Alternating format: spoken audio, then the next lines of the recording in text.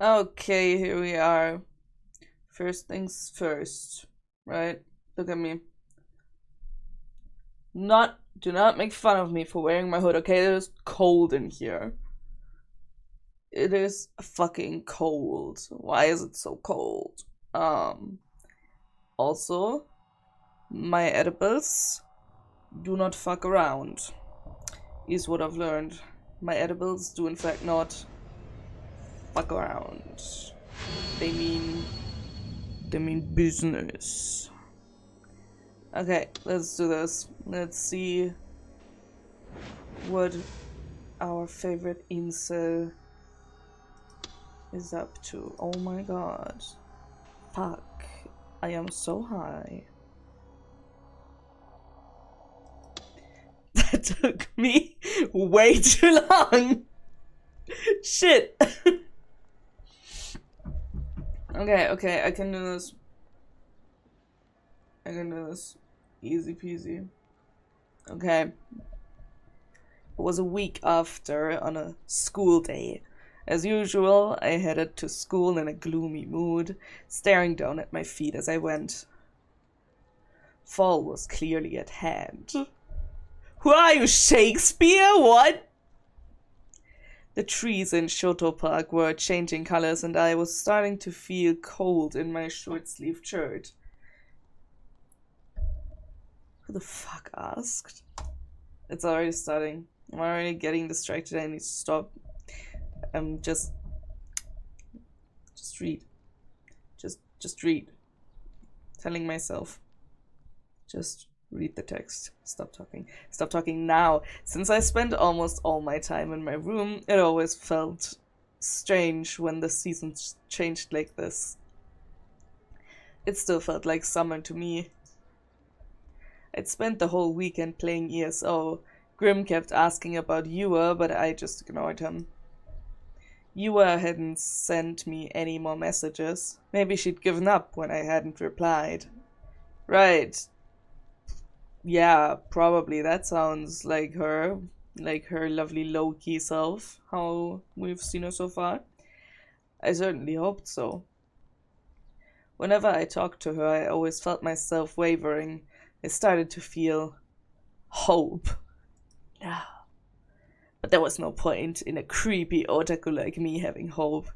I'd lived my whole life without ever having hope fulfilled.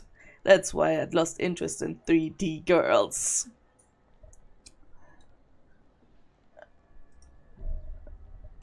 Just read. Please don't make me hope. Please don't have any hopes for me. Suddenly, someone patted me on the shoulder from behind. I turned around expecting to see Nanami or Mizumi, but... Nishijo. Ha. Ha. Oh, the sound doesn't cut me off this time when I'm reading her. Sorry for making her too soft-spoken, I guess. No, I was really mad about that. That's very annoying. But I fixed it. Her cheeks were a little flushed and she was smiling at me. For some reason, she was out of breath. I thought I saw you in the distance, so I ran to catch up with you. She's already running after you like first thing in the morning.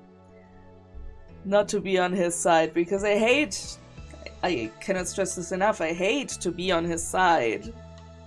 But she crazy. Like, she crazy. Still better than he deserves, but she crazy. Hadn't she given up? Did she still have hopes for me? Good morning, Nishijo. Yeah. I finally got to say it. It took 4 days counting the weekend. Oh my god. Girl, you freak me out. Oh my god, she's doing the thing. It looks like she could be smoking here. And I made a funny picture of it for my last thumbnail. It was a lot of fun. I had a lot of fun with it, at least. Oh, I sent you an email last week. Did you read it?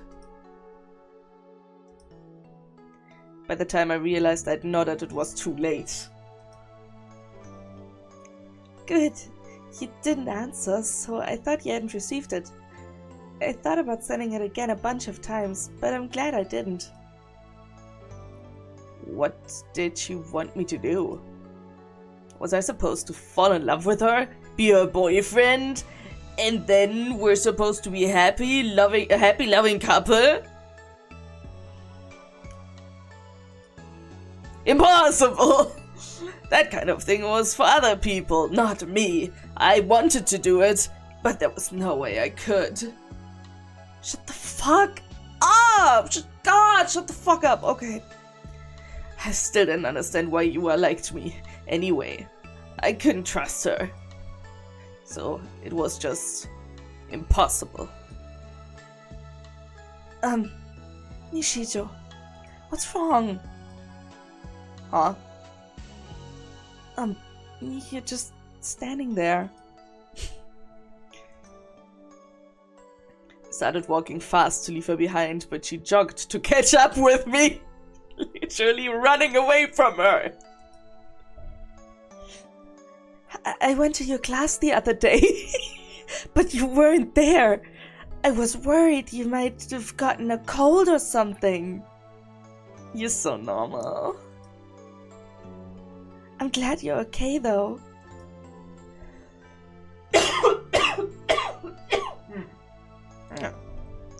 I only... Huh? I only come to school every once in a while. Everybody thinks I'm a hikikomori. You're disgusted, aren't you? You learned who I really am, and now you don't like me anymore, right? That's fine. I never expected anything in the first place. Oh, that's him. Go ahead, think I'm creepy, and then just leave me alone. I see. But I'm glad we were able to see each other today. I didn't know how to react to that. I felt myself staring into her smile. Our eyes met and then quickly lowered my gaze. Why wasn't she treating me like she thought I was creepy? And anyway, oh my god. And anyway, if you're coming to school once in a while, I think you can't be a hikikomori. That is factually correct. I'm sorry, it's really none of my business, because that stopped you before. But it's really hard. If that's true, then I think that's really impressive. Huh? It wasn't something I ever expected to hear. What was impressive about a loser like me? Yua smiled gently at me. It was a smile that could heal a wounded heart.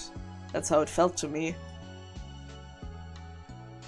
You're coming to school even though it's hard. Most people just wouldn't come if it was that hard. Not gonna lie, I would have bawled my eyes out if someone had said that to me when I was forcing myself to go to school.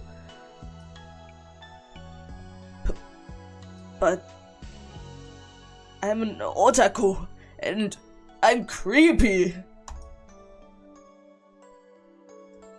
I like hearing the things you have to say. What? Why was she telling me all this? Why did it feel so good? It felt like she was holding me in a warm embrace. Or like she was telling me that it was okay for where's the music? That's so irritating when it does that. Is it gonna come back? Are we gonna have a loop? No? No, just noises now? Okay, cool. Yeah, sure, we can do that. Like she was telling me that it was okay for me to be here. Maybe with her help I could go back to being a normal person. Oh no, that's the first bell.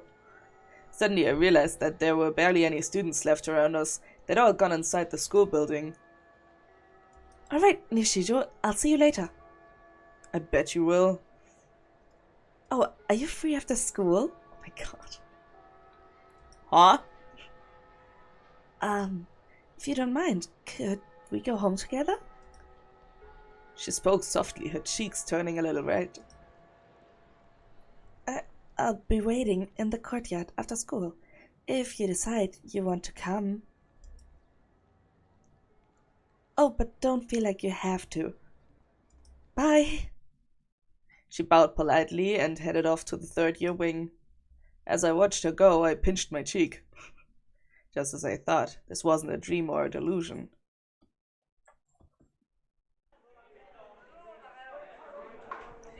I spent the whole day's worth of classes in a daze. I don't think I heard a single thing the teacher said. I just roasted my chin on my hand and stared out at the autumn sky. Neither my classmates nor the teachers paid the slightest bit of attention to me. I could put my face cam a little lower. How about here? When I look in that direction. How about this? That looks okay. I'm gonna try to be mindful of what's on the right side of the picture. Yeah. Yes, that looks good. Okay.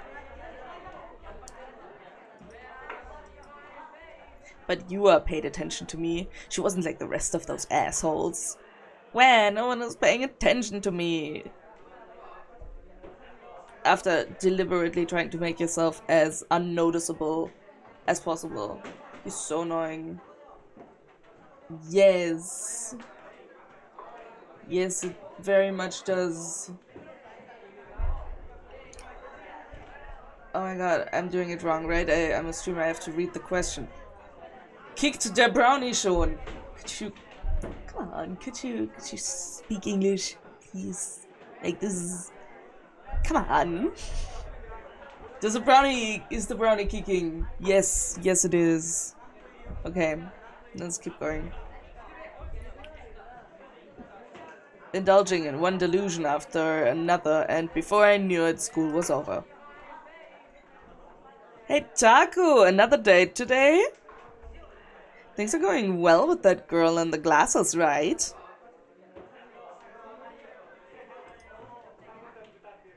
Hey, don't tell me you're holding back just because you're a need.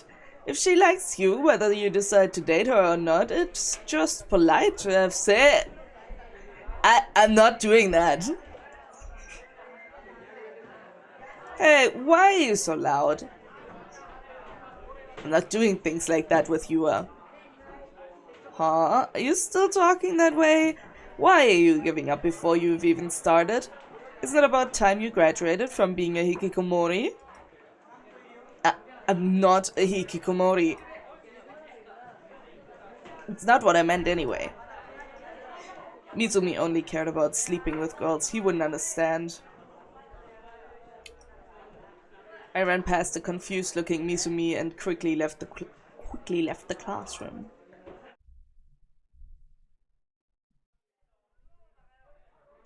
The fastest way to get to the courtyard from the second-year classrooms was to go across the connecting corridor to the third-year students' building and then head down the stairs, at least as far as I knew. I didn't come to school that often, so I didn't know what led where. I didn't even know where some places, like most of the special classrooms, were. So I was a little nervous when I went down the connecting corridor. There was a girl standing in the middle of the corridor, staring up at the sky. She had a very stern expression on her face. She didn't seem lost in thought or anything like that. She was clearly in a place that would block traffic, but she wasn't moving at all. Come on, I know you hear my footsteps getting closer. Get out of the way, I'm in a hurry. For some reason, she felt like a dokyeon. I needed to make sure not to get closer to or let her notice me. Just as I tried to walk past this girl, who I decided to call Girl B. Hey. Oh. Hey! Crap, she talked to me! Was she going to mug me? Or was she going to say she didn't like my face and then take me to her group of document friends so they could beat me up? Please, no. What did I ever do to you? I glanced over at her to find she was glaring at me. Who are you? Huh? I wasn't sure how to answer that. Why not? I was Takumi Nishijo, obviously, but I'd never met this girl, so there was no way she would know that. She must be planning to do something really terrible to me. Oh, he has such bad issues. He is giving... I can't say that. I don't think I can say that. I wouldn't like having him in my class at school. Sorry. I bowed quickly, being careful not to look at her, and then ran away at top speed. Just running away. I ran down the staircase, the third-year wing, and out the doors, then glanced behind me. The scary girl didn't seem to have followed me. Whew, the 3D world was an awful place. There were traps everywhere. I took a few deep breaths and looked around the courtyard. The courtyard was between the pool and the school building and was really more of a corridor than a yard. Sorry. There were flower beds placed at regular intervals where purple flowers bloomed. What were those flowers called? I didn't know. Oh my god, what is he talking about? The stream of conscious bullshit is so boring. Sometimes I read something to you guys, and then I notice my mouth did all the work, and my brain didn't register what the fuck I just said. Most of the time, I'm totally here, though. I am also quite high. I saw Yua standing in front of one of the flower beds, staring down at it while she waited. She was really here. She was really waiting for me. Not for anybody else, just for me. Yua wasn't going to betray me. Maybe I could believe in her after all. Maybe she could save me. Girl has crush on boy. Girl. Oh my god, maybe she could make me a normal person. Maybe she could take all my mental illness away from me. Maybe she could make me healthy and normal. I'm just gonna have her fix me. Oh. Yua looked up and noticed me. And then her eyes went wide in surprise. I stood there looking away in embarrassment. I didn't know if it was okay to walk up to her or not. Why was she surprised? Did I mess up by coming? As I tried to figure out what to do, she ran up to me. You surprised me. Huh? You really came. I'd almost given up because I thought you weren't coming. I'm so glad I waited. I was surprised. She might have the same kind of mentality I did, the kind that was pessimistic about everything. Yeah, she seems like a total pessimist. Yeah, the entire time. Like, how are you just now noticing this? But there was one big difference between you and me. I was pessimistic and didn't do anything. You was pessimistic but took action. I'm glad you can at least see it. That was something I really respected about her. I wanted to be that way too, I thought. She does the crazy eyes again! Those are not cute! Those are crazy! Will you walk home with me? I nodded in response to her question. Because she had a knife. No, I'm sorry. She and I headed for the school gate together.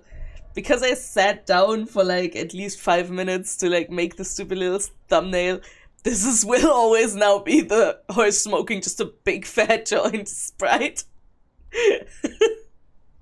And every time I see it, I want to laugh, and it's stupid, and I gotta stop, but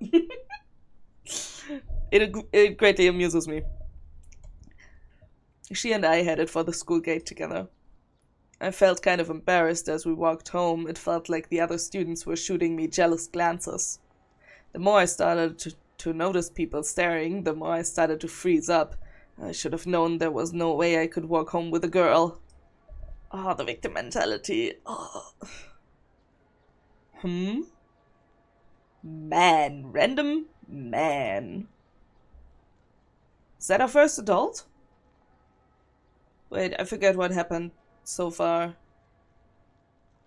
Is that our first adult? I think that might be our first adult person, and I'm just saying he's an adult because he's wearing a suit. Why am I talking so much about this? I passed by a teacher. Oh, wow. I didn't recognize. Oh, okay. Actually, the only reason I thought they were a teacher was that they were wearing a suit. It's just like me. Fuck, goddammit. But did we have any teachers that young? I rarely came to school, so of course I didn't know who our teachers were or what they looked like. Sometimes I even forgot my homeroom teacher's face.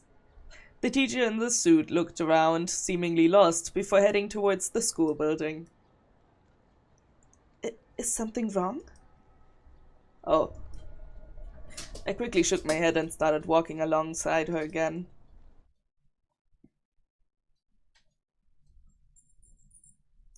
The base was 10 minutes away from school, which was a bit farther than the train station at Shinsenyua used to go home. So I guess I was walking her home instead of the other way around. I was walking her home. Out of sheer habit, I walked us through Shoto Park, cutting through it diagonally, shaved a minute or so off the commute. Maybe we're smoking in the park. You sometimes eat breakfast here in the morning, don't you? Oh my god. Oh, yeah. How did she know? I thought so. I saw you here a lot. But some days you were here and some days you weren't. And today I finally figured out the reason. It's because you only come to school a few days a week, right?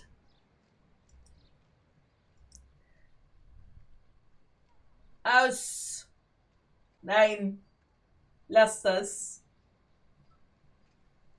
My dog is licking a wound. An old scar. Stop licking your war scars. I'm just saying I was curious. Yeah. Yeah. Yua suddenly stopped and looked over at the bench where I always ate breakfast. Right now it was empty. For some reason, whenever I saw you sitting there, you looked so sad. She suddenly leaned forward just a little and ran her fingers across the back of the bench. The more I saw you, the more I began to wonder about you. The bench was right in front of the fence surrounding the lake. Oh, it's him. Since I always sat facing the lake, I didn't need to worry about anyone gazing at me. Well, apparently you did. There was also a small watermill right to it, which was another reason I liked it. It served to partially hide me. Lately, on the days I didn't see you, I was so worried I couldn't eat. Huh? What did she say? Huh? Girl, you crazy! Really?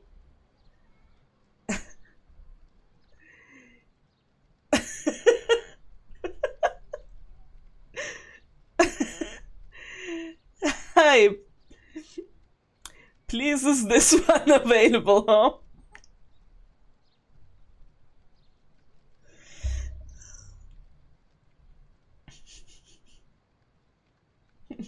It's you.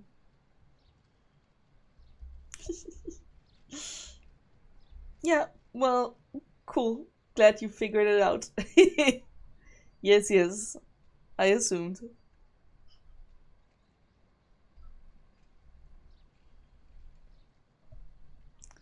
I hadn't noticed her watching me at all. Yeah, that's because you're a dumbass.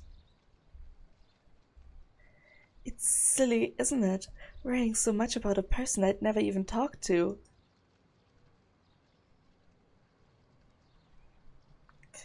But I didn't have the courage to talk to you. So that was why she was acting like a stalker at first. She wasn't a stalker. She was just really worried about me. Maybe. Can I sit down? I want to know what it is you were always looking at.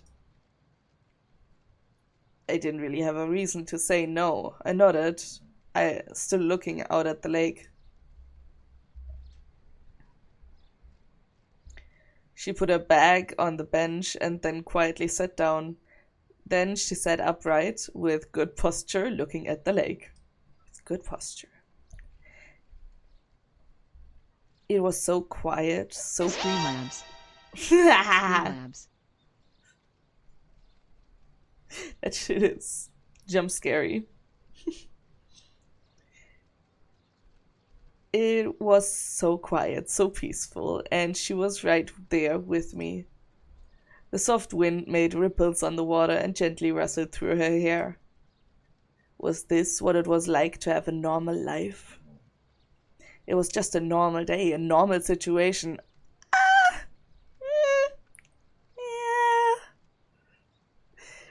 So why did it feel like I was about to cry? This feels like a nice place to have breakfast. I watched her from the side as she quietly spoke. If we were in an age game, this would totally be when I asked her to be my girlfriend. She'd say yes, we'd kiss, and that would be the good ending. Depending on the route, maybe we'd even engage in some naughty outdoor fun. I hate you! I hate you! I hate you! I hate you! Maybe I try it too sometime.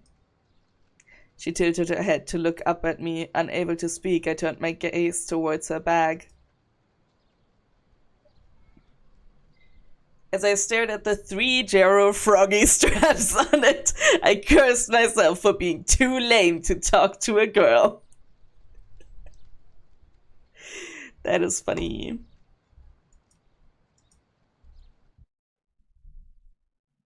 This again. Wait a second. Did I just see something? What was I looking at? Does she have a knife? I bet she has a knife or something. No, wait. Jero Froggy, a character popular with high school girls.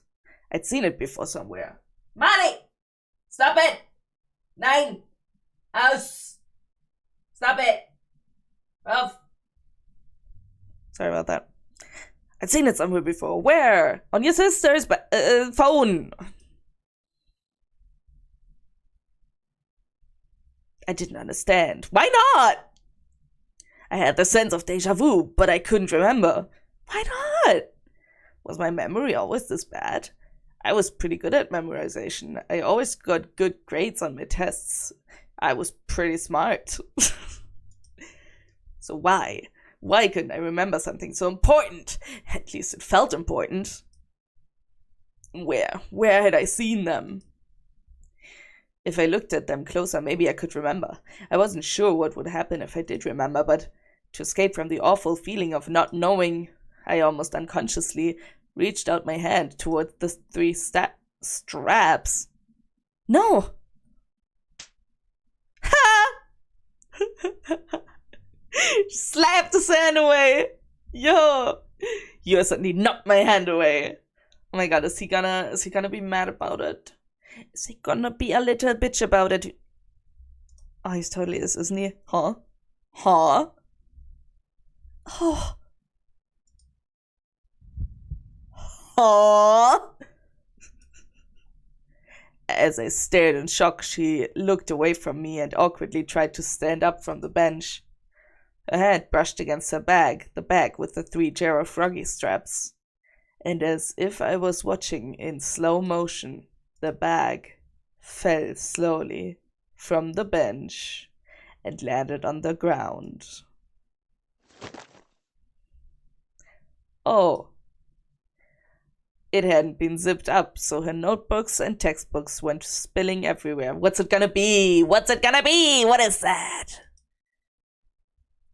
Oh dear, what am I doing? Just a few minutes ago, I would have thought the whole scene was very moe, but now all I could do was stare in shock because by chance one of the notebooks that fell to the ground had fallen open and the small memos and newspaper clippings in it had scattered everywhere. Oh my god.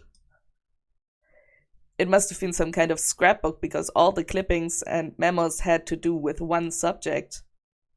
Oh right, she was researching the killings at the ad cafe. I could see it clearly. New gen. Why? My voice was hoarse. She was hurriedly trying to pick up the clippings and notes and stuff them back into her bag. She stood up, holding it tightly to her chest. Her smile was gone, replaced with an awkward expression. What is that? She didn't answer me. Why won't you answer me? Come on, say something.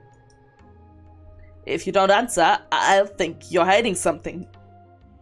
And just when I was about to believe you, just when I thought you were going to be on my side, just when I was starting to believe that! Oh my god, no, not Seratan.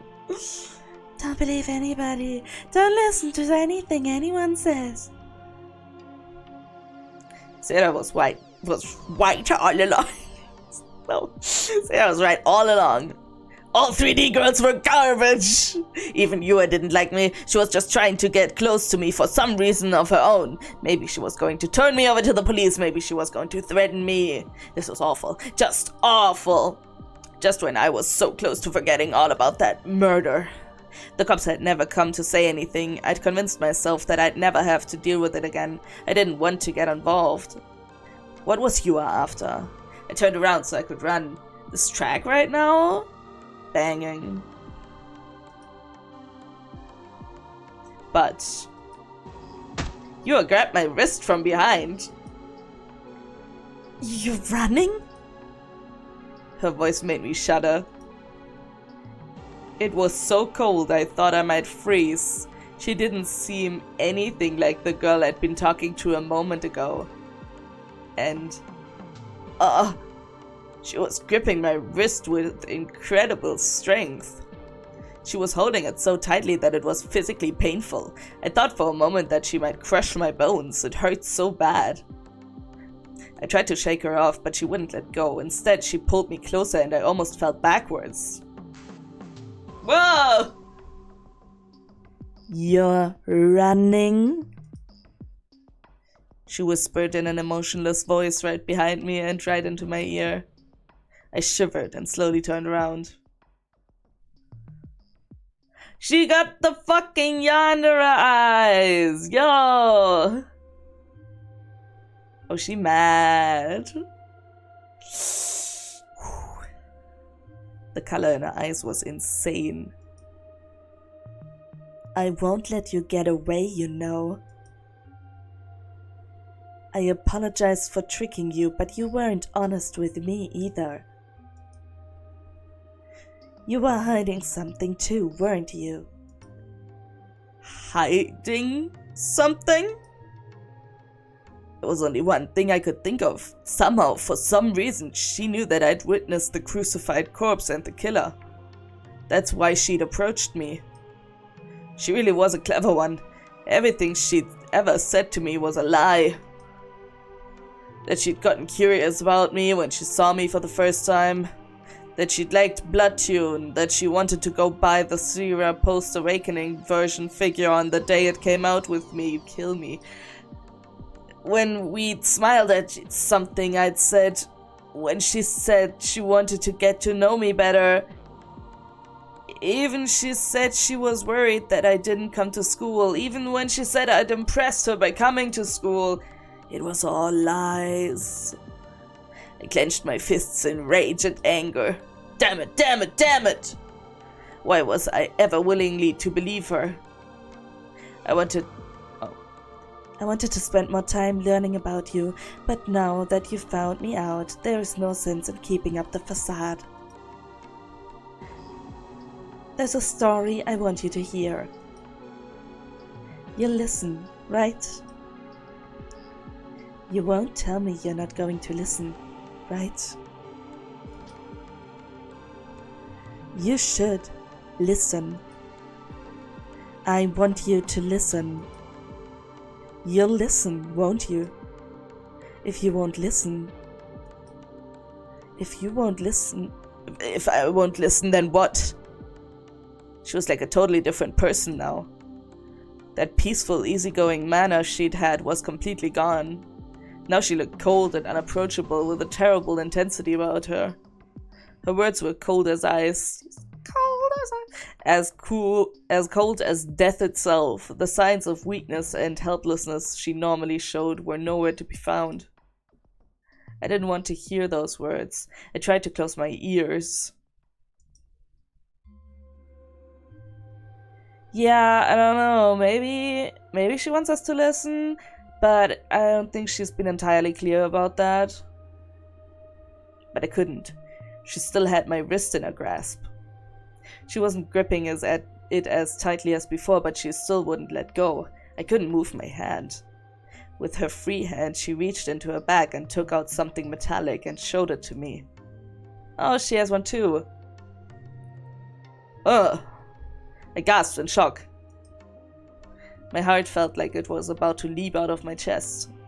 My mind began to race. I had my free hand over my ear, but I let it drop, and I heard her voice, sounding slightly disappointed. You recognize this cross, right?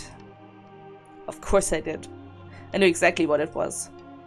It looked like a cross, but it was actually a stake. Not many stakes had such an elaborate design. At least I'd only seen some once before. That night, the scene. Pounded by the demon woman into the wall. That's a doujinshi title if I've ever heard one, boy! Pounded by the demon woman into the wall! Fuck yeah!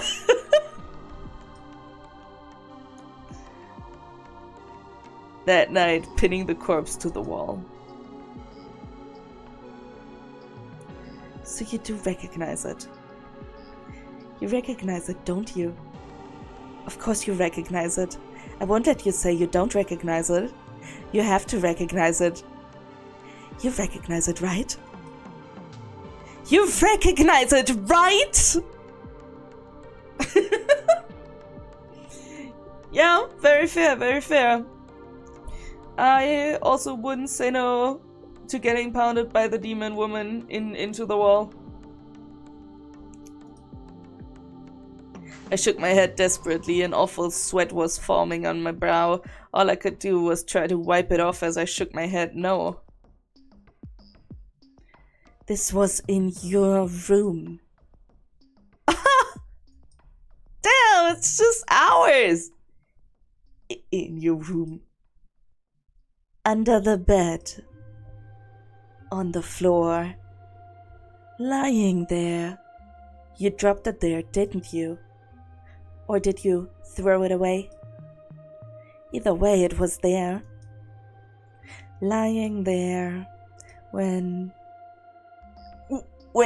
did she search my room? The day we first met? When I hurt my leg and she walked me home? When she was staring with shining eyes and a cute face at the Sera figure? The steak isn't made in Japan. It's extremely rare. And it's just like the steaks used in the third New-Gen killing. It's the same. It's the same, right? I'm sure it's the same. It's the exact same.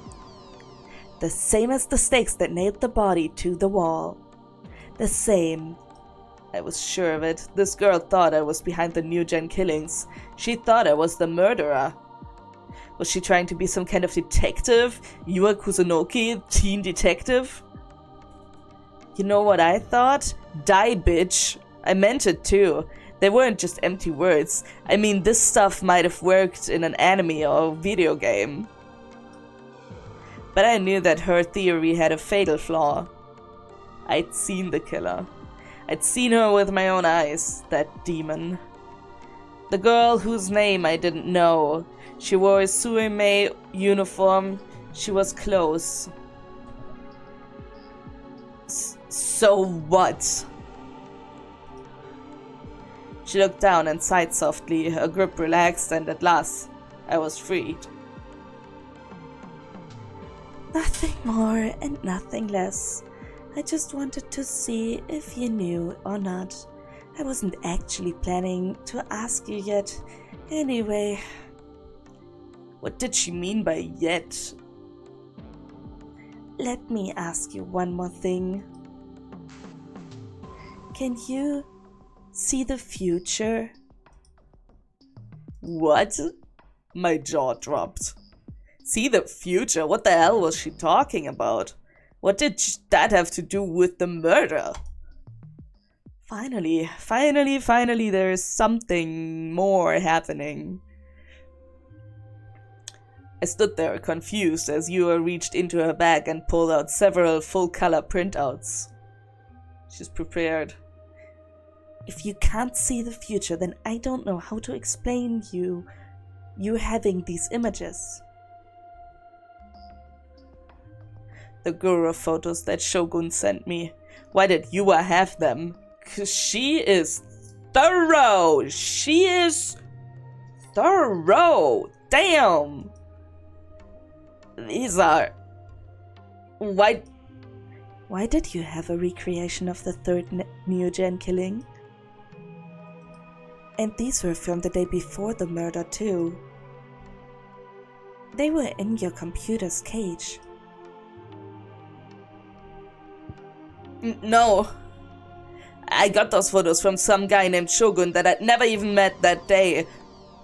I didn't make them. They should still be in my download history. I know I could show that to you. Wait, where did she get these? How did she know they were still in my computer's cage? When she came to my room, she wasn't there long enough to search my computer. Wait. Are you Shogun? Was she trying to set me up? Was Yua behind this whole thing? Was she one of the Neo-Gen killers trying to use me as a scapegoat to distract the police from the truth? Please, don't hurt me. This wasn't fair. Why me? Because I'm a creepy loser? Because I don't have any friends? Yua just shook her head silently. I found these pictures on the PC in room 37 at Ed Cafe. I wanted to search your computer too, but I didn't have time. The room next to room 37, the one I always used at Ed Cafe. No, wait. When I always used at Ed Cafe, she really did think she was some kind of detective. She looked just the slightest bit sorry as she stared at me. For just a single second, she looked like the old Yua. She kept that expression on her face as she rustled through her bag again. This time she took out a sheet with printed text on it and offered it to me. I had an awful premonition. The logical part of my mind told me I shouldn't look. But I had to. If I didn't find some way to resist, then they'd pin it on me. That is everything you are. Everything I was? Did she steal all my private information? Was she a hacker? My heart pounded as I looked at the printout, but instead of my private information, it was just a chat log. Oh. It was a log of Neidhart and Shogun.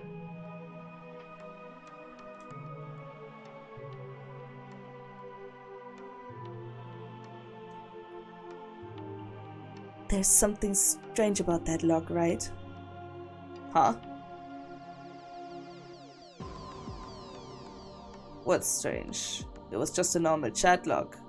I remembered the conversation I had with Shogun. Should I try to figure it out? It's probably like with the time and the date, but I'm too high and it's gonna tell me a million times anyway. Look at how Neidhart and Shogun talk. The time stamps don't match at all. Yeah. Ah. Huh? What is this? What was going on? The one labeled Neidhart there. Oh, the one labeled Neidhart there is you. You're talking on September 28th around 3 a.m.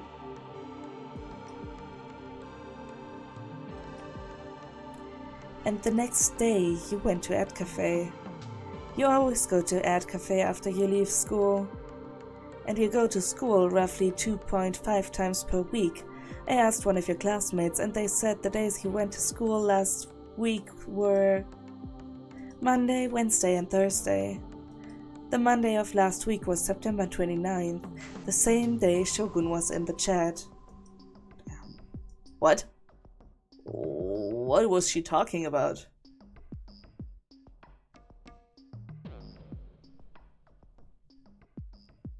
Banger music. I looked at the chat log for the PC in room 37 too. And what I learned was... She paused for just a moment, before looking right at me and delivering a cruel truth. This whole thing was an act you put on. Don't look at me. Shogun is... Don't look at me. You.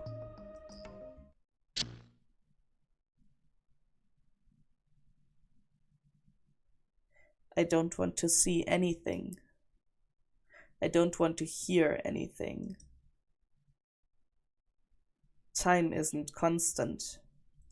Memories can contradict each other. There are errors in your vision. The earth doesn't spin. This is all just a game. I turned on my computer and took a bite out of a fish sausage.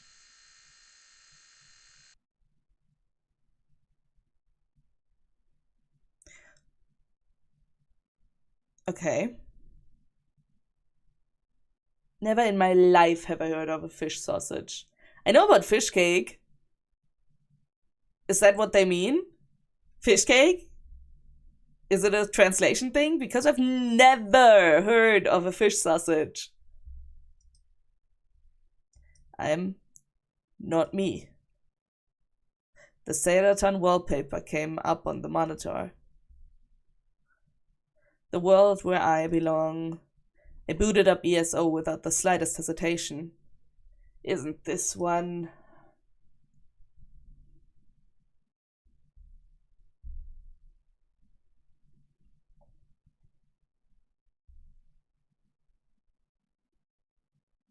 Beep beep. Anybody going on the field trip? Get on. Takumi Nishijo lay on the tatami mat, a colored pencil in his hand. This time it was yellow. Just a few minutes ago it had been red. He was happily scribbling in his pencil across the whole of his open sketchbook. And over the borders and on the tatami mats. Jesus fucking Christ, that is... infuriating. Takumi liked to draw. Even during class he was always scribbling something in the corner of his notebook. The TV was turned on, showing the morning news. Why do I feel like his dad's gonna come in, or his mom, either one, and they're gonna see what he did and then they're gonna beat him or something? That's just what I feel could happen.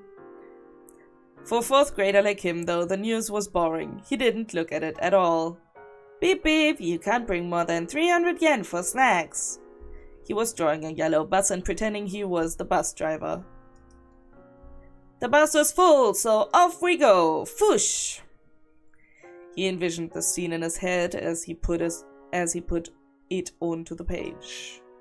It wasn't uncommon for him to get too excited and let his pencil go off the sketchbook and onto the tatami mat.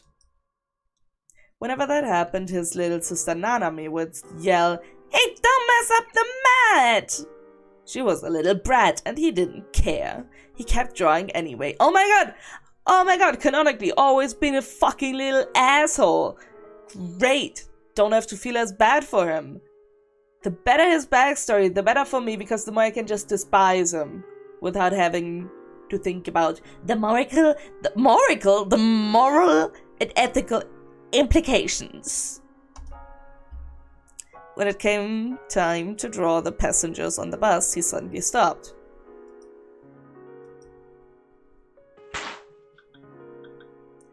And then he ripped the sketchbook up. Yesterday, the day before he was supposed to go on the class's fall field trip, he'd suddenly been told by his parents that he couldn't go. He'd been looking forward to it for a long time. He'd been excited the whole day. So when his parents told him, he refused to accept it. He cried and said he was going no matter what, but it didn't matter. No matter what he said, his parents wouldn't listen. "We're saying this for your sake. It's impossible for you." That's all they would say. So he hid under his covers and got mad. So mad he thought he might tear his blanket apart. He hated his parents from the bottom of his heart. That's how important, how critical the field trip was to little 4th grade Takumi. Everybody else got to go and he didn't. From his perspective, it was totally unfair. In his mind, there were two worlds. A lonely world where he was the only resident, and a fun world where everybody else got to be. He hated his teacher and his classmates for going without him, and he hated his parents for telling him he couldn't go. It wasn't long before that hatred boiled over. He bit his lips so hard it drew blood and began to mutter a curse over and over. "I wish nobody got to go." The next morning, the phone started ringing really early. His mom would pick it up and answer it, seemingly shaken by something. She'd set it down, and a little later it would ring again. Takumi couldn't sleep at all. It was past 9 a.m. Nanami was sitting on a cushion reading manga. She'd said, "I'll stay home from school with you," the day before, and so there she was. His dad had gone into work and was nowhere to be seen. His mom was so busy answering the phone that she hadn't made breakfast. Today he didn't need to go to school. Glumly, he began to draw in his sketchbook. But it did nothing to help as quench his anger. And just when he'd ripped it up in frustration, that bus. There was a note of worry in Nanami's voice. He thought she was talking about his picture, but her eyes were glued to the TV. "Mom!" Suddenly she called out for their mom, who was still talking on the phone. Takumi looked disinterested over at the TV. The chat is being very funny.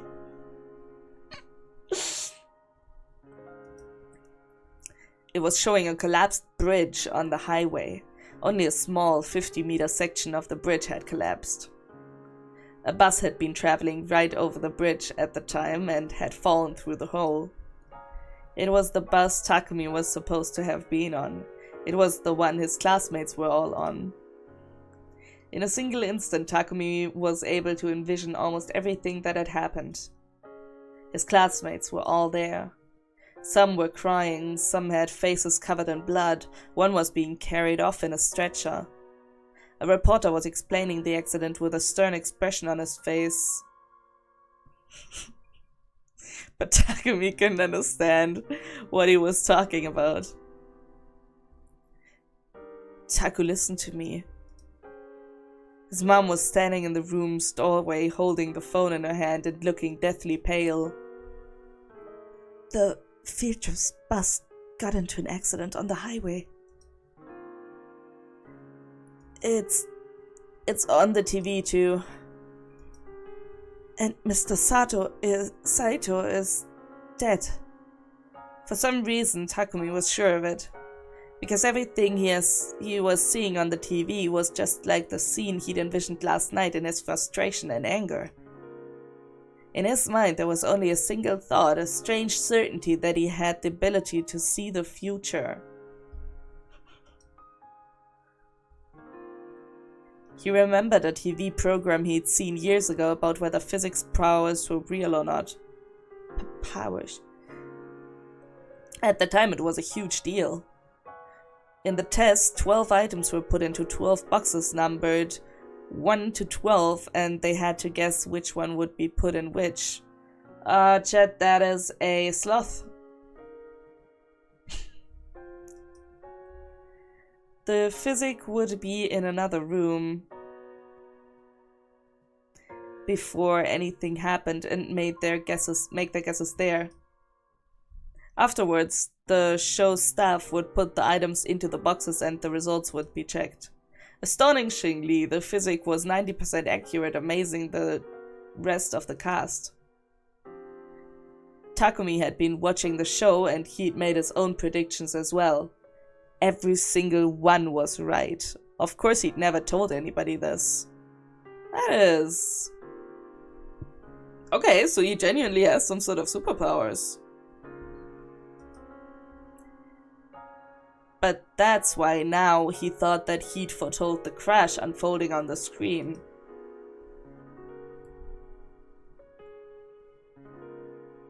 They said over half the class was injured. How awful. His mother tried to reach down and pick him up, but he slid past her and crawled to the corner of the room. I'm so glad though. Oh, okay, she said that. I'm so glad though, she whispered in a hollow voice, her gaze wandering around the room. I'm so glad I kept you home today. Takumi felt like he was about to throw up. It was all rotten, he thought. What good was seeing the future in that moment? What good was seeing the future? In that moment, he felt his heart turn cold. He seemed like a dick before, but sure, yeah, let's say it was that moment.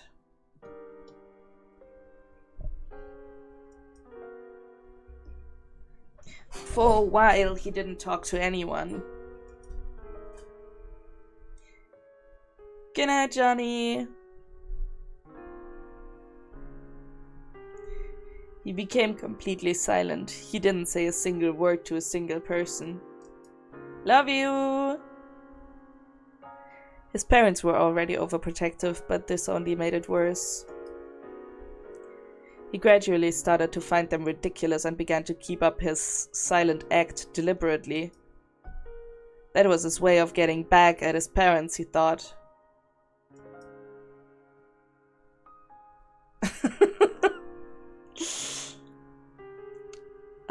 I don't know enough about how emojis work. I don't know if we can have the fish. Or if they're custom made by like a fan for just that channel or something. Not sure.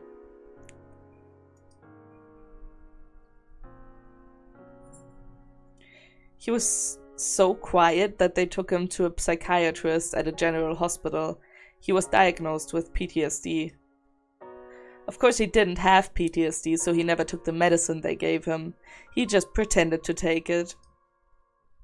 His parents never picked up on the act, and even when he saw how worried and miserable they looked, he didn't feel the slightest bit guilty.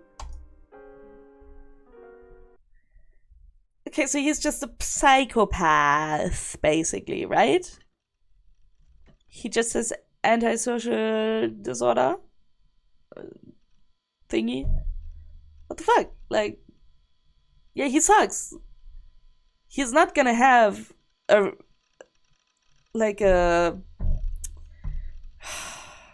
what's the word? It's not repentance. It is slightly less drastic.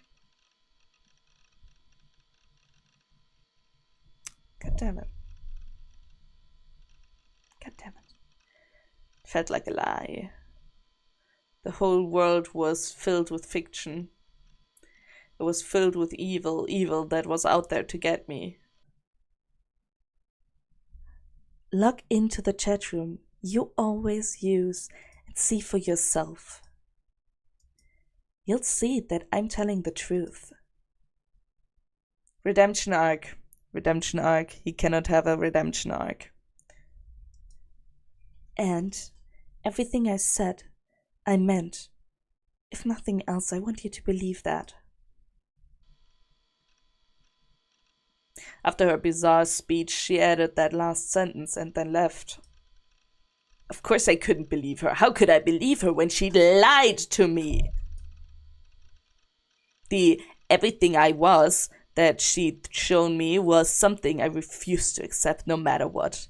I wanted to believe there was no way I could be Shogun. But from the timestamps on the chat log, it was clear that the conversation didn't make sense. Was I sleepwalking? At the time that Shogun had sent the messages, I hadn't been asleep. I'd been at that cafe, sure, but I hadn't been asleep. I couldn't have been sleepwalking. Then why didn't I have any memories at all of writing these comments as Shogun? Was my body under someone else's control? The very idea was ridiculous.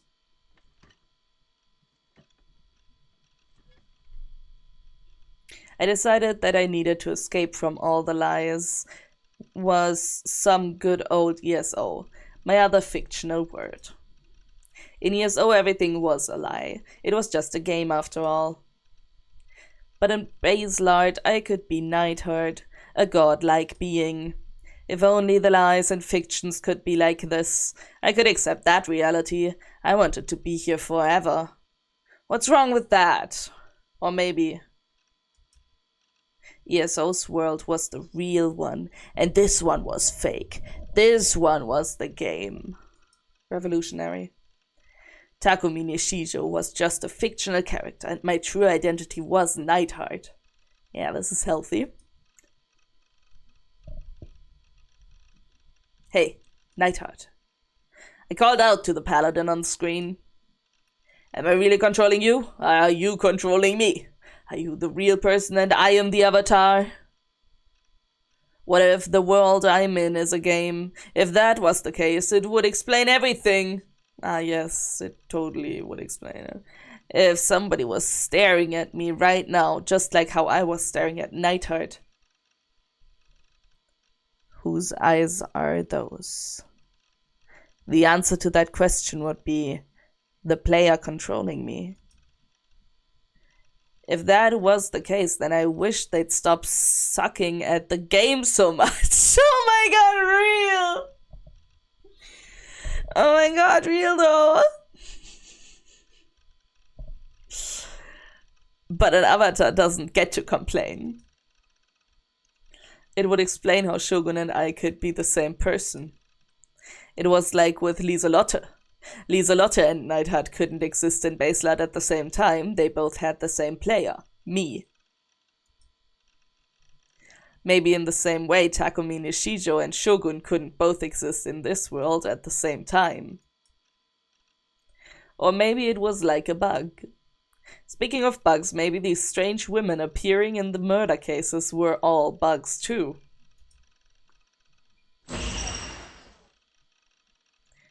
I don't know if that was necessary. The images Shogun sent me flashed through my mind and I winced. I shook my head desperately. I wanted to run away from everything. If there is a player controlling me, then please reset the game. No bashing of Lieselotte as the name for his Smurf character. His secondary character. I think it's great. Just start over from character creation.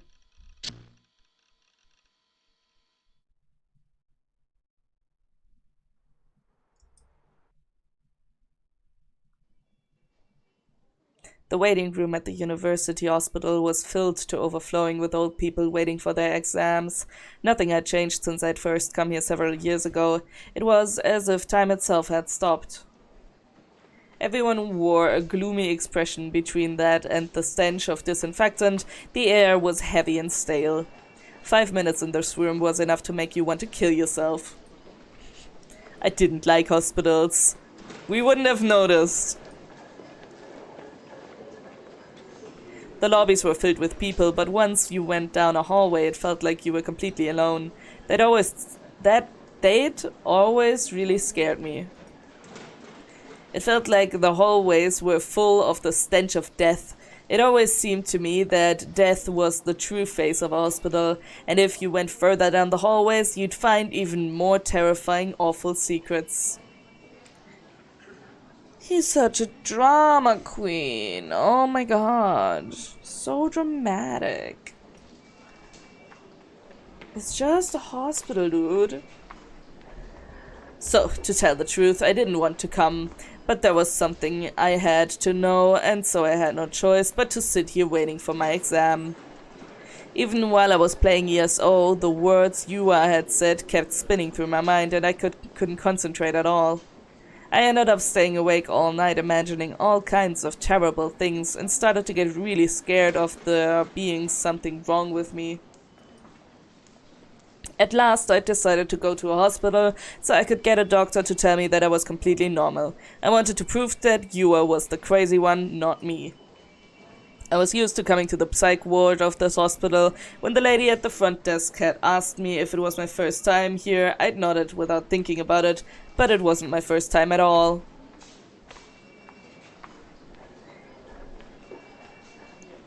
Please, is this one available? You also think about death in hospitals, though? Yeah, I hate to tell you, baby, but you're also a drama queen. No offense, love you, but you are also very dramatic. Very dramatic. Ever since the bus accident, my parents had taken me here on a regular basis. When I got to middle school, my doctor told me I was completely cured and I'd stopped going. It had been about 4.5 years since I'd last come here.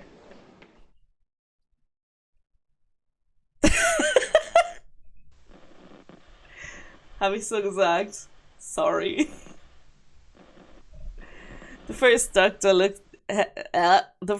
to look at me was an old man who was supposedly an authority in his field, but he'd only talked to me the first few times before handing me off to one of his students. Of course, his student wasn't that much younger either. If anything, he'd looked older than the first one. The doctor, Dr. Takashina, had said something... Alright, gotcha. Had said something to me that I'd remembered last night. This hospital doesn't treat just illnesses or injuries. It treats the heart. I didn't like the hospital, but he was really nice and he seemed like a really good guy. Not that this had stopped me. I'd kept up my act of deceiving the adults. It was Dr. Takashina who had seen through my deception, though, and had given me an official diagnosis of completely cured. If I could get him to take a look at me... it's been over an hour. My back hurts. I'm gonna keep going. Just need to stretch for a second. My shoulders.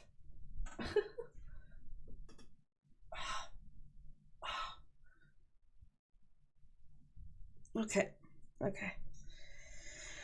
Sorry. If I could get him to take a look at me. What would he say if he knew I'd grown up to be a creepy otaku? No, he probably didn't even remember me. Remember me. Bam, copyright claimed. I waited another 3 hours before they finally called my name.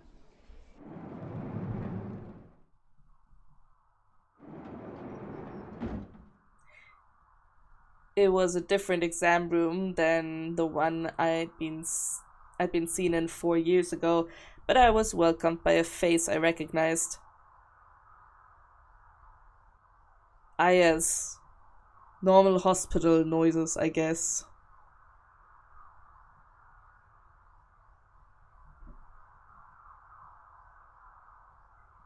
Never heard a hospital sound like that, but yeah, sure.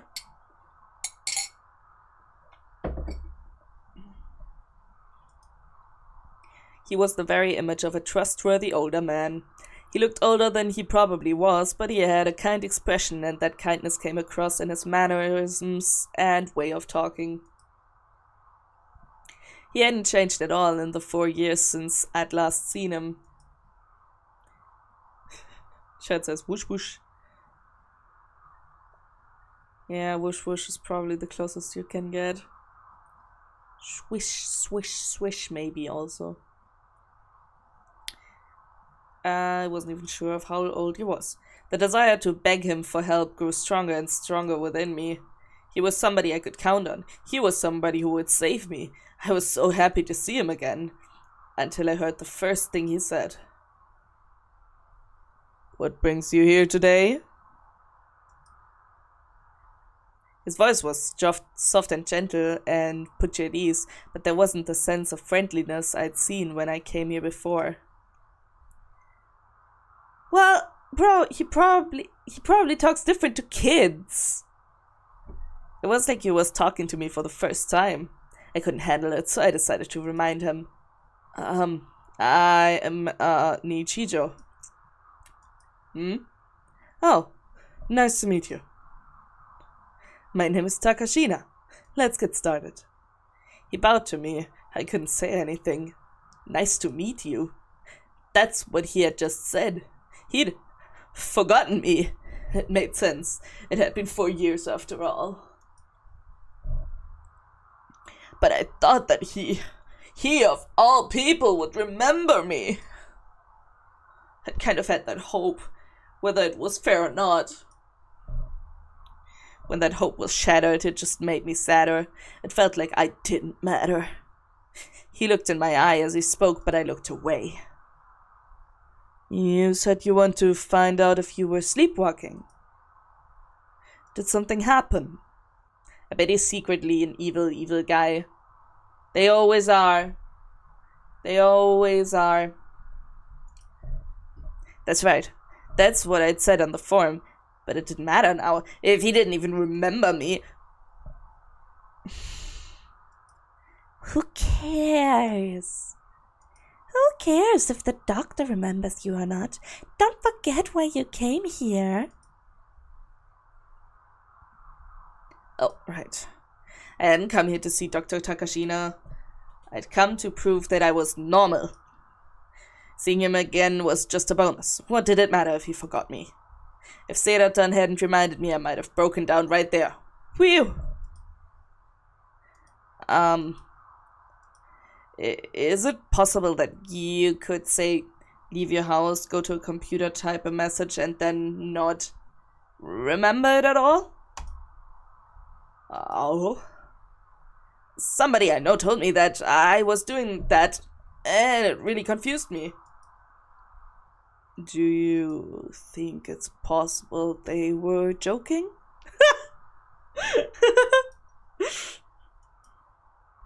Yua's eyes had been dead serious. She didn't look like she was teasing me or anything. If nothing else, she certainly seemed to believe what she was saying. I don't know. I see. Can you tell me more about your relationship with this person? A girlfriend, perhaps? Huh? What was this guy talking about? What did that have to do with anything? That was probably not the right way to phrase it. Let me try again. Did this person actually see you up and walking while you weren't awake? Oh, was that what he meant? I shook my head. Then there's no evidence of it. I shook my head again. She thinks she's some kind of detective. She showed me all kinds of evidence. I see. And has there been any evidence or history of sleepwalking in your past? No.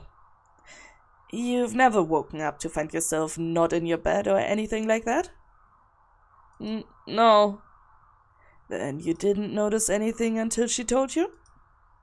I nodded weakly before forcing myself to speak. I wasn't sleeping. Are you scared? You don't need to be so worried. No, that wasn't it. That wasn't what I wanted to say. But I wasn't sure how to explain it and couldn't get my thoughts together in my head. I lost my chance to speak. He scribbled something in his chart before spinning around to turn away from me and then leaned forward towards the back of the exam room. Hazuki, come here. Hazuki, hi. Well, she's damn cute. Cutie, little cutie. Look at her. Look at those glasses. Adorable. Yes, sir. A young nurse came over. The doctor showed her my chart and said something softly to her, and then she quickly went back further into the room. What was that about? He turned to face me again, then, in a gentle tone, he explained to me what sleepwalking was. When someone falls asleep, he says, the first they enter REM sleep and then non-REM sleep. REM sleep was when the body was asleep, but the brain was close to fully awake. Non-REM sleep was a deeper sleep when the brain also rested. Alright, you take care. Bye-bye, good night. Love you.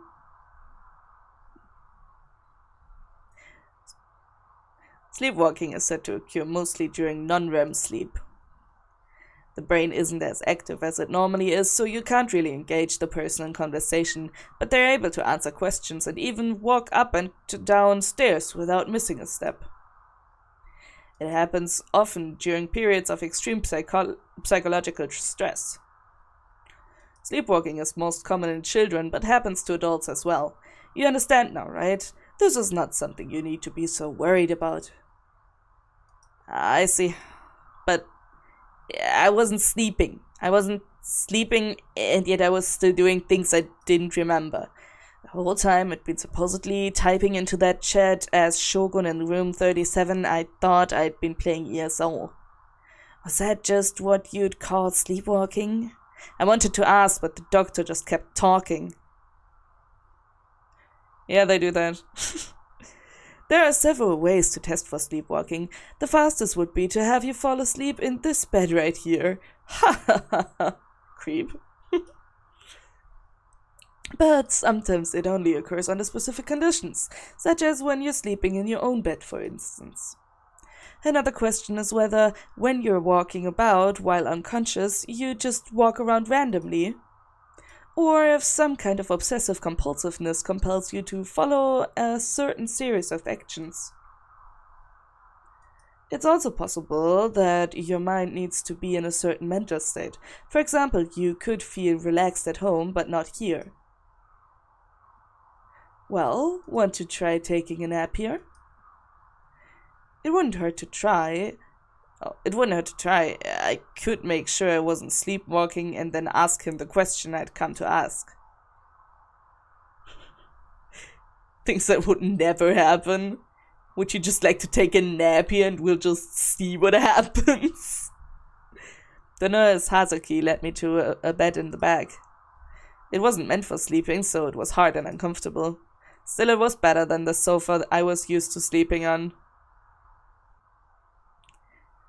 I'll be back to wake you up in 3 hours. This nurse was really cute. Yeah, no kidding. I lay on the bed glancing at her while trying to make sure our eyes didn't meet. She had a somewhat young, helpless look to her face and the air of someone whose life wasn't really working out the way they wanted it to.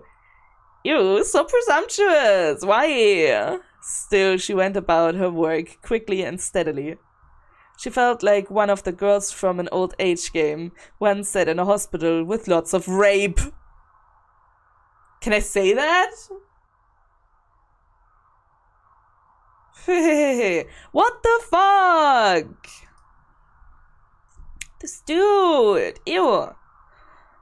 I'll make sure to keep an eye on you as best as I can, so don't worry about a thing. Just get some sleep. In other words, she'd be watching to make sure I didn't get up and start walking around. Good night. Aww.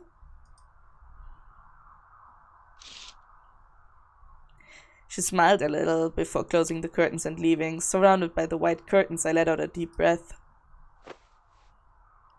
I could hear lots of things. The voice of the doctor as he examined his patients, the other nurses walking around, even the door as it opened and closed. It was pretty hard to relax. Could I really sleep like this?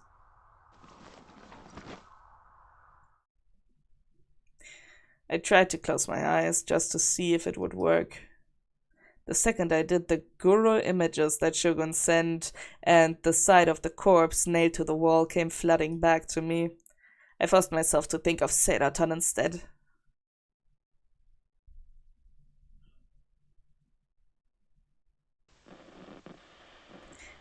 Wow, Taki! You hate going outside, but you still came to hospital. Amazing! I always thought you... Oh. I always thought you were a really strong boy. Inside my delusion, she was happily bouncing up and down. Next, she whispered to me in a sweet voice. I love how strong you are, Taki. Excuse me, I'm just gonna go... Vomit!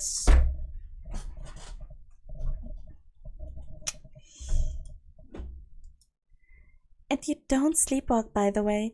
I see you every day, so I know. Don't let any 3D girls fool you. You've got me, right? Let's go back to your container house and spend our days together, just the two of us, dork. Sarah, you're so cute, Sarah. Sarah's my ideal wife, after all. No girl could ever be better than her. 3D... Who cares about 3D? I couldn't wait to go home. Sarah would be waiting for me with a big smile and welcome home. Just wait, Sarah-tan. I'll be coming for you.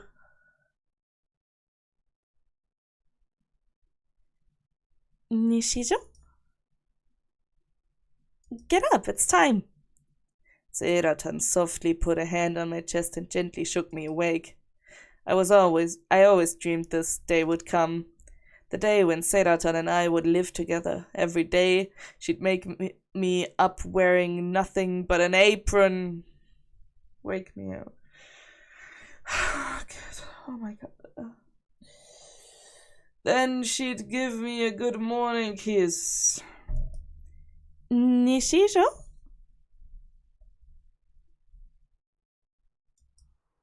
I slowly opened my eyes. Somebody was looking down at me, our eyes locked onto each other. It was the nurse, Hazuki. Huh? I quickly looked around. I was still in the hospital bed. I guess the part where Sarah-tan was talking to me was just a dream. Good morning. You slept for 3 whole hours. It's been 3 hours already? It felt like I'd only been 5 minutes. As I rubbed my eyes, Hazuki glanced at me. She was covering her hand with her mouth, seemingly on the verge of busting out laughing. Is Seira your girlfriend? Oh no, he's not gonna take this well. What? You kept whispering her name while you were asleep. I could feel the blood draining from my face. I'd screwed up big time. I'd let a normal person hear me talking in my sleep. And I'd been saying Sarah-tan's name of all things. Time to go kill myself. Finally! Yippee! Sorry, I'm not allowed.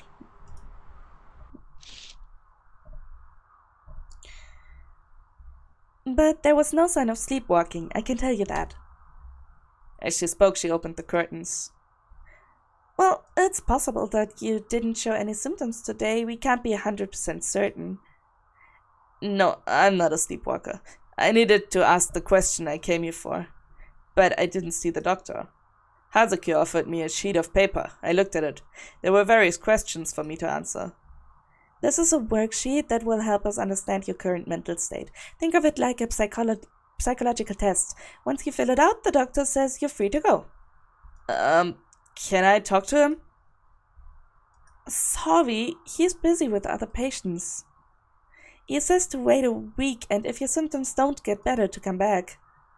To be fair, he wasn't my personal physician or anything like that. He'd probably just given Hazuki his nurse instructions for me. But then, what was the point of even coming to this hospital? I wanted to ask about the awful possibility that I was being controlled by someone who wasn't me. But Hazuki looked so apologetic that I didn't have the courage to demand to see the doctor.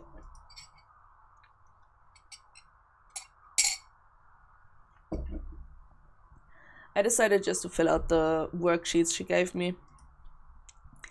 I'd write out the symptoms I was experiencing on the back. I decided then I could come back the next week to talk to him again.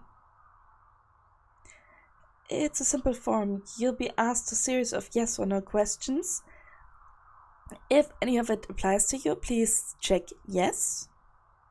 We'll use this to determine if you need any further treatment, so please think carefully about your answers.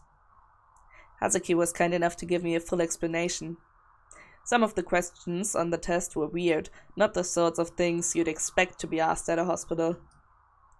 It was almost like one of those online personality quizzes. What would answering these questions tell them? Hazuki was staring at me. She wasn't getting ready to leave. It didn't seem like she just had nothing better to do. She was observing me. No, watching over me. Being watched made me nervous, and so it was hard to think about the questions, but I suppose that was just a nurse's job. I decided to just forget it and fill out the sheet.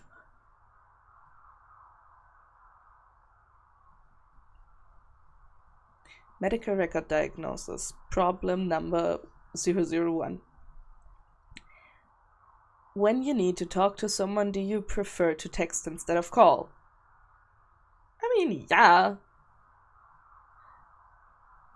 I'm actually doing this. Okay. Do you sometimes have tinnitus? Yeah, sometimes. Have you ever felt someone's eyes on you and turned around? Sure. Do stationary objects sometimes seem to be moving toward you? No, I don't think so. Have you ever had a premonition that turned out to be right? I mean, yes, to say yes to that. I haven't personally, but... Have you ever checked a digital clock and seen the same numbers repeat? I mean, who hasn't? Have you cried within the last month? Absolutely. Yeah.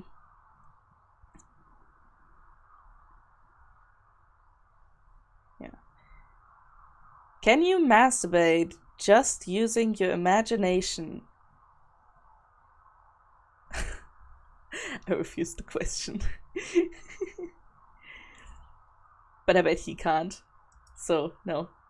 Can you stay focused on just one mental image when masturbating? What the fuck is this? What? What?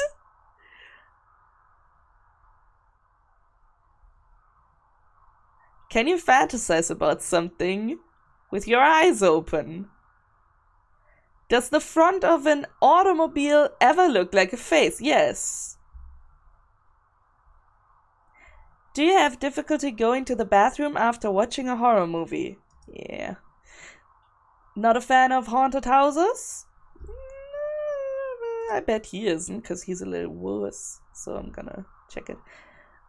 When you start reading a book, do you lose track of time and immerse yourself? I mean, if I'm in the mood, yeah.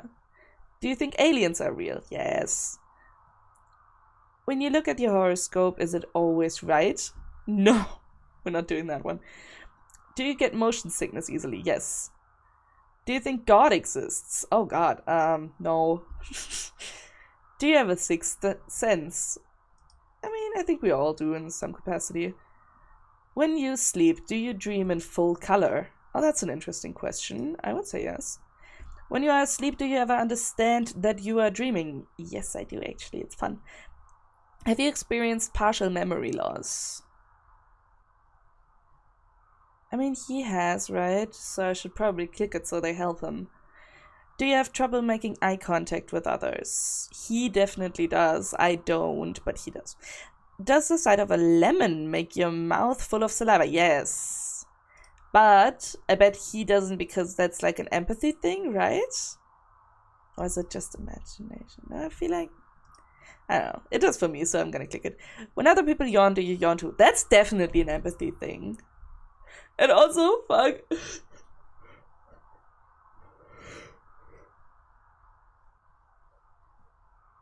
Oh my god.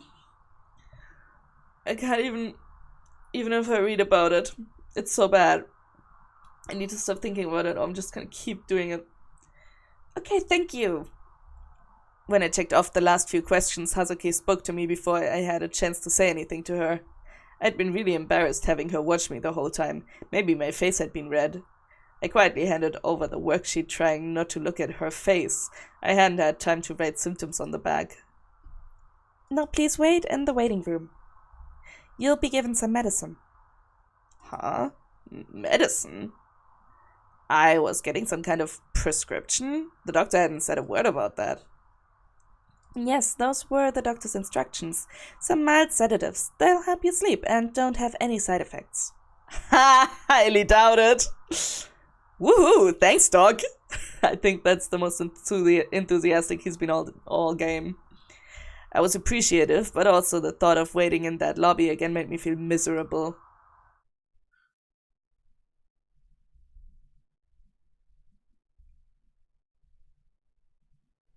Value of death. Life is suffering, caused by desire. To end the suffering, we must end desire. Okay. By the time I got back to Shibuya, it was evening. The hospital itself was in Shibuya Ward, but the closest station was Yoyogi. Taking the train was the fastest way to get there and back. The Yamanote line was... Yamanote... It sounds so weird when I say it. Line was as crowded as ever, though, and riding just 2 stations was enough to make me feel exhausted. I didn't think I was up for getting on another train, so I decided to walk from Shibuya Station to the base.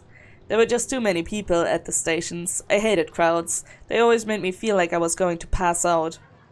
I didn't want to spend any more time here than I had to, so I quickly tried to get across Scramble Crossing. The area was so packed that it was hard to even walk in a straight line. If you didn't keep a steady forward pace, you'd run into the people walking beside you or get hit from behind. There were also people blocking your path, trying to hand you packs of tissues with ads on them. They'd even force them into your pocket. I ignored the first one, but the second one was a cute lady, so I took some from her.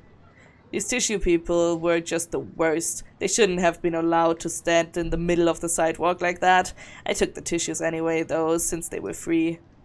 I looked at the tissue I'd been given. This pack came with a small flyer with white text on a red background. I bet it's gonna be something creepy. I bet it's gonna be like, whose eyes are those? It was a pretty weird color combination, kind of spooky. It wasn't a combination you saw often, that much I was sure of. I read the flyer as I walked along. There's a shortage of type B blood. There is currently a serious shortage of type B blood in Shibuya. We may no longer be able to deliver blood to all the patients that need it, and people may die. Without your blood donation, he will not survive. Please come to the Blood Donation Center, Shibuya Inokashira Line Building. It was a flyer for a blood donation service. As I looked at it, I thought back to the worksheet I'd been given at the hospital. I hadn't seen anything like it when I'd gone there 4 years ago. Maybe it was some kind of new diagnostic that had only gotten popular over the last few years. But still, I felt like I'd seen it before. Deja vu, again. It felt like that was happening all the time lately. It was really creepy when your body and mind refused to do what you wanted them to do, so I tried to dig through my memories to find out what was going on with this deja vu. My mother used to take me to the hospital about once a week. No matter what they asked, I'd never respond. I just move my head up and down or side to side. At first, they saw me in a normal exam room, but when I showed no signs of recovery, they started sending me someplace different. The other place was some kind of counseling room. It had a sofa and lots of stuffed animals and seemed to have been decorated with the aim of putting the patient at ease. Dr. Takashina never blamed anybody. He just kept trying to make me better. He was the only one who figured out that I could speak, but just didn't want to say anything. My mother would always talk to me in a deliberately chipper voice. Dr. Takashina would always welcome me with a bright smile. The nurses were always kind too, and it felt to me like there had always been somebody else in that room. Suspicious guy D, you mean? Right. He was always wearing a dark black suit. It was a weird outfit to see in a hospital. He was just as quiet as I was. I don't think I ever heard him talk. I never did figure out who he was. He didn't feel like a doctor. He always just stood off to the side looking out the window. I always called him Mr. Nozomi. He'd never actually given me his name though. Nozomi. The man in the suit always wore a small bandage. It read Nozomi. It looked like a logo of some kind, so it probably wasn't a name tag. Yeah, the worksheet had the Nozomi logo on it too. Oh. I mean, I figured, but it's cool that he's already placing that connection. No wonder I thought I'd seen it somewhere before. I felt a little better now that the mystery was solved. What was Nozomi though? It was clearly the name of some kind of company. Maybe it's a counter-terrorist organization founded by its hot female CEO, Nozomi. Like in a manga.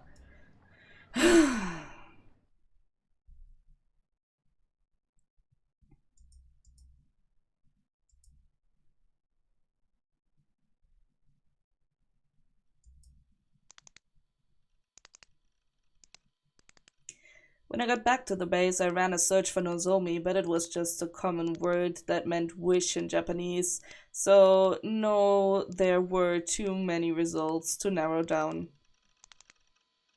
There was no there. Thinking back, the logical assumption was that Mr. Nozomi worked for a company that made those worksheets and was a salesman that had been visiting the hospital. Sometime recently, he'd finally managed to sell the hospital on using the sheets, and today I'd been asked to fill out one of them. No, wait, that wasn't possible. I'd never heard of a salesman or somebody on the outside being allowed to sit in on a patient's session. Just who was that guy? Crap, now I had another nagging memory to deal with. At least I'd figured out where the deja vu was coming from. I decided that next week I would ask the doctor about my memories. Until then, I'd forget about the school and just stay in my room. I couldn't go to school if there was someone out there trying to hurt me. I didn't want to break my schedule, but it wouldn't do me any good if I was dead. I gave up on my search for Nozomi and went to Ed Channel to see if there were any interesting threads. 633 name anonymous afternoon. In the new generation madness, and I can't bear it. New-gen 1 add group dive, New-gen 2 add pregnant man, New-gen 3 add crucified, New-gen to be continued gva. The news board was filled with nothing but new generation madness threads. Even the ESO board had a recreate the new gen murders in ESO thread going on. I was getting sick of it. That is so morbid, Jesus.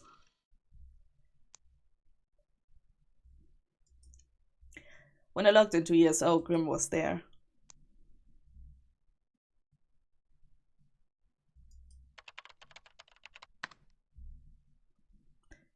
Neidhart. A chance new sport. A chance. New sports have been boring as hell lately. It's all new gen crap. Well, it's the biggest story right now. Every time there's a new case, it's a big festival, everybody goes crazy. They haven't caught the killer yet? Well, the cops are morons, lol, based. Some idiots have even decided that it's actually a cute moe girl. That demon girl. Visions of the dark eyes of the girl I'd seen during the crucifixion killing came back to me and I shivered. I didn't want to remember it all at all, but the slightest little thing and the memories came flooding back. I'd seen the killer's face. I knew who she was. Should I have told the cops? But I didn't want to get involved.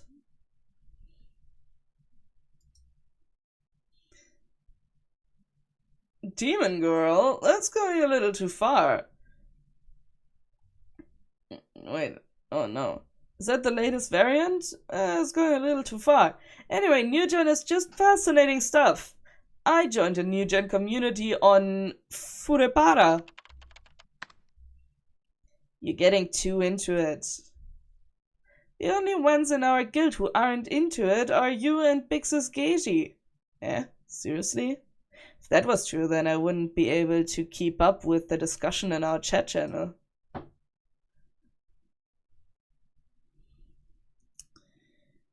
New Gen's just really messed up stuff.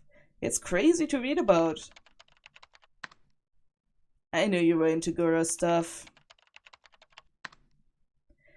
But don't tell me you're the kind of guy who wants to see art in his murders. That crucified corpse was such a mess. I thought it was some kind of art piece for a moment. If you wanted to call it artwork, I guess you could. Nah, it'd be better if they had some perverted sexual element to them, right? It'd be better. It's like the ultimate kind of SM. Damn, Grim's fucked up. This guy's a goner. Somebody needs to do something about him. Once you lose your virginity, you'll understand. So you're telling me you're not a virgin? Huh? I'm verbalizing emoticons at this point. This is how I choose to spend my time. You traitor! Anyway, there's all kinds of stuff on the aggregator site. Take a look sometime. Ugh, I didn't want to look at them, they scared me. I wanted to run away from the fact that I'd been at the murder scene. That's why I'd cut myself off from all information about New Gen. That was just how I'd hoped I could convince myself that it was all just illusion, but in ESO I was practically a god. It wasn't enough to be strong, I had to know everything. Especially since I was kind of a leader in the guild. If I was supposed to be the leader, but I couldn't keep up with whatever everyone was talking about, it would just be embarrassing. I had to avoid that. That is what makes him break, huh? I went to the address that Grim gave me. The top banner read New Gen Aggregator in big letters. Aggregator sites were a kind of wiki where any number of people could add information to articles about a certain topic. A New Gen aggregator site would have information about New Gen constantly updated by different users. Some of that information wasn't trustworthy in the slightest, and sometimes there were trolls, but if you wanted an easy way to get a handle on the basic facts of something, it was good. There were always tons of links for the one thing. I decided to start with an article called The Case So Far. My pulse started to quicken. Just reading the site was enough to make me nervous. I could feel the sweat forming on my hands. The first case, the one they called Group Divine, was when a group of 5 boys and girls from a high school had all jumped off a building. New Gen aggregator blog. New Gen headlines. The earthquakes 2 months ago. 3 bizarre incidents in a row. Body nailed to concrete wall. Neighbors heard sound of a nail being pounded in. Different killer for each. Crucified, pregnant man, group dive. Victim was 56-year-old college professor.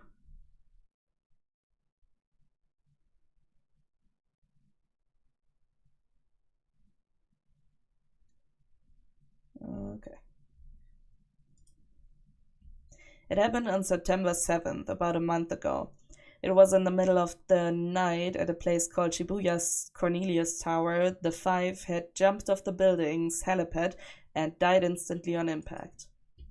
The autopsy showed that each of them had DNA belonging to someone else under their nails, and there were scratch marks found too. It was theorized from this that the 5 of them must have jumped off while holding hands. There was no sign of any kind of suicide note left on the roof. Below the summary was some informant added by some internet detective. These types were often referred to as snakes, who'd actually gone to Cornelius Towers. Wait, I want to check that one actually. Snakes. The name of a protagonist from a popular. Wait, what? Oh, it's like from Metal Gear Solid. Oh, okay. Online, the word was used to refer to people who would perform anonymous top secret investigations for the benefit of netizens. Sometimes this was referred to as going snaking. Cute. According to him, the roof was off limits to visitors and the door to it was kept locked at all times. Of course, it was locked at the time of the jump, too. None of the deceased had a key in their bodies when they'd been found on their bodies. This meant that the helipad was, in a way, a locked room, like you saw in Murder Mysteries. There was nothing to suggest how the 5 of them had gotten up there. Ooh, this is cool! This is cool. Why didn't we start with this? It was entirely likely that someone else had been there as well. The second case, the pregnant man, happened on September 19th, around 12 days after the first. Early in the morning, near Shibuya Station underpass, a college student was walking home from karaoke when they'd found a blood-stained man collapsed on the ground. The collapsed man was a university student who lived in Shibuya ward named Chizuo Konoe, aged 21. He was dead when he was found, but he had an unnatural bulge in his stomach. The autopsy showed that someone had opened up his chest, shoved a newborn baby into his stomach, and then sewn him back up. In addition, DNA analysis had shown that there was no relation between the baby and the man. He was, according to reports, unmarried and had no girlfriend. The rest of it was internet speculation, but the baby appeared to be in the 32nd week of pregnancy, which would mean it was probably removed from the mother by C-section. Who the mother was, though, or where she was, or what she was doing, or even if she was alive or dead, none of that was known. It was possible that the cops knew, but if they did, they weren't talking.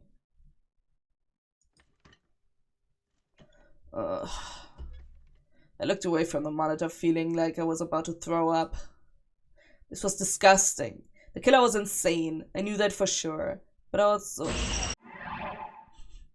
And it was also possible that girl had been behind these horrible murders. Well, Japan's screwed! That's funny. I took a moment to gaze at my beautiful Seiratan. Looking at her helped calm me down. I thought about taking the sedatives the doctor had given me, but for now, Seiratan was good enough. Still, though, I had to do it to keep up Neidhart's reputation as a leader, but reading these hurt.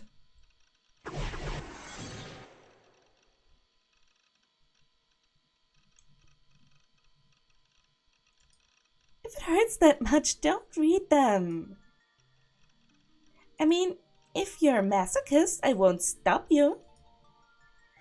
But seeing you suffer hurts. Forget about this. Just do something fun. You can use me to jerk off like you usually do, if you want. Sedaton was such a nice girl. She was my only true ally, my wife. I put my elbow on the table and rested my head in my hand, taking deep breaths as I stared at Sedaton's smile. Phew, I felt so much better. Why?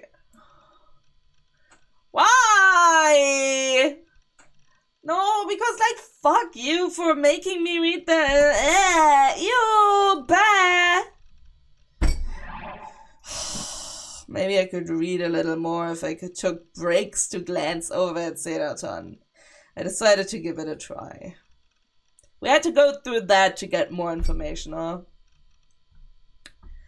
Why had these two seemingly separate incidents both been given the label New Generation Madness?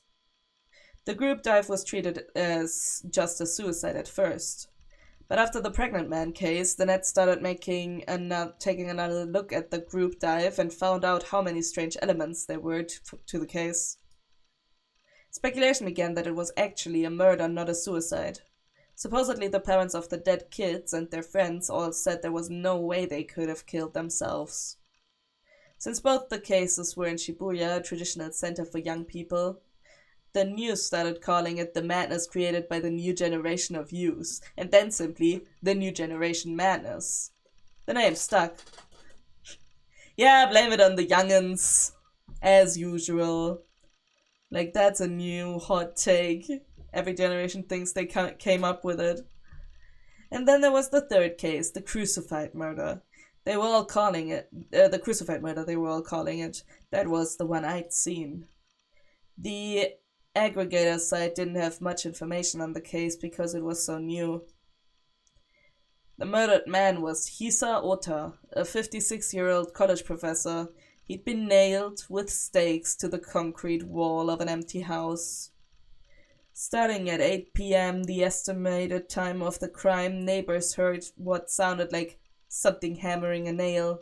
The sound lasted for approximately an hour. I'd heard that sound too, could still hear it. It was an awful sound. For what it was worth, no connection had been found between it and the group dive or the pregnant man. But after 3 bizarre incidents in the same city of Shibuya, everyone naturally treated the crucified murder as the third part of the New Generation Madness. The media and police were saying that all 3 were committed by different individuals, but the position, or rather hope, of most people online was that it was a single person, or failing that, a single group. There were some bizarre theories involving the occult going around too, and some people were saying New Gen got its start in the earthquake 2 months ago. 2 months ago, there had been an Intensity 3 earthquake in Shibuya. An Intensity 3 quake was small enough that you could be walking down the street and not feel it, but despite the small size of the quake, it had made the news because 8 people had died. Looking back, it was true that the New Gen incidents had started after the earthquake. So the proponents of the occult theory were saying that the 8 deaths in the earthquake could be counted as the first New Gen case. Interesting. Sometimes they'd get into arguments with the more mainstream New Gen theorists. No matter who was behind it, it was bizarre that 3 such incidents could happen without a single clue as to who was behind it.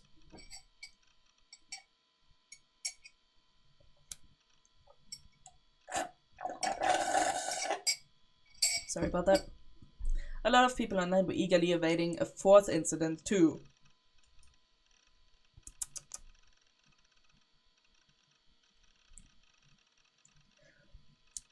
If I wasn't directly involved, I might have been all...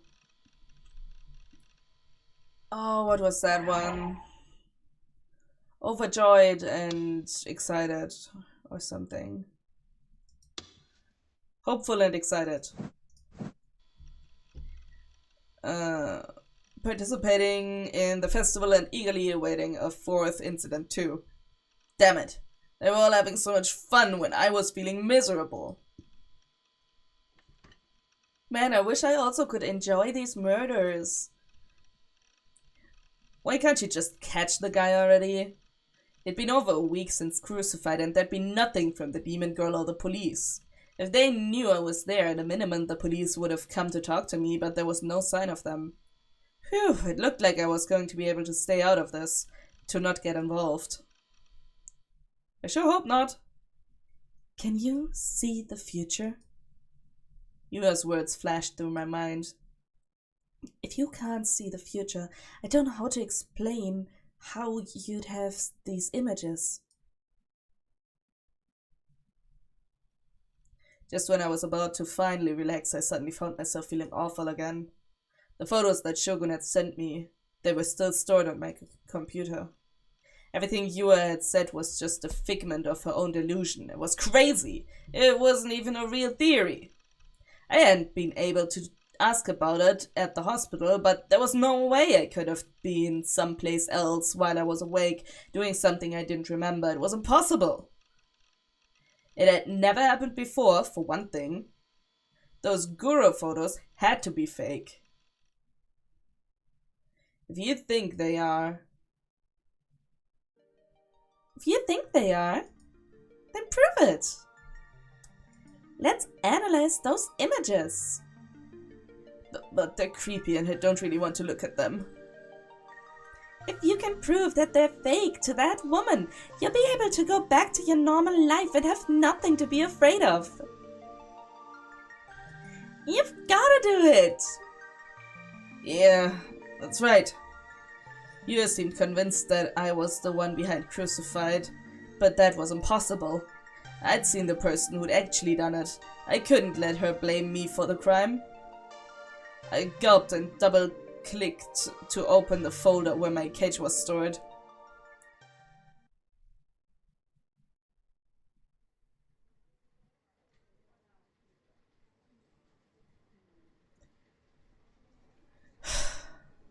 Okay, this is some new shit, and I've been on it for pretty much 2 hours, so we're gonna end it here. But interesting things are happening. I am so glad. I am so glad. Saving my game. Yes. And closing my game. Absolutely lovely. Okay. Let me think if I have any thoughts I would be able to put into words easily.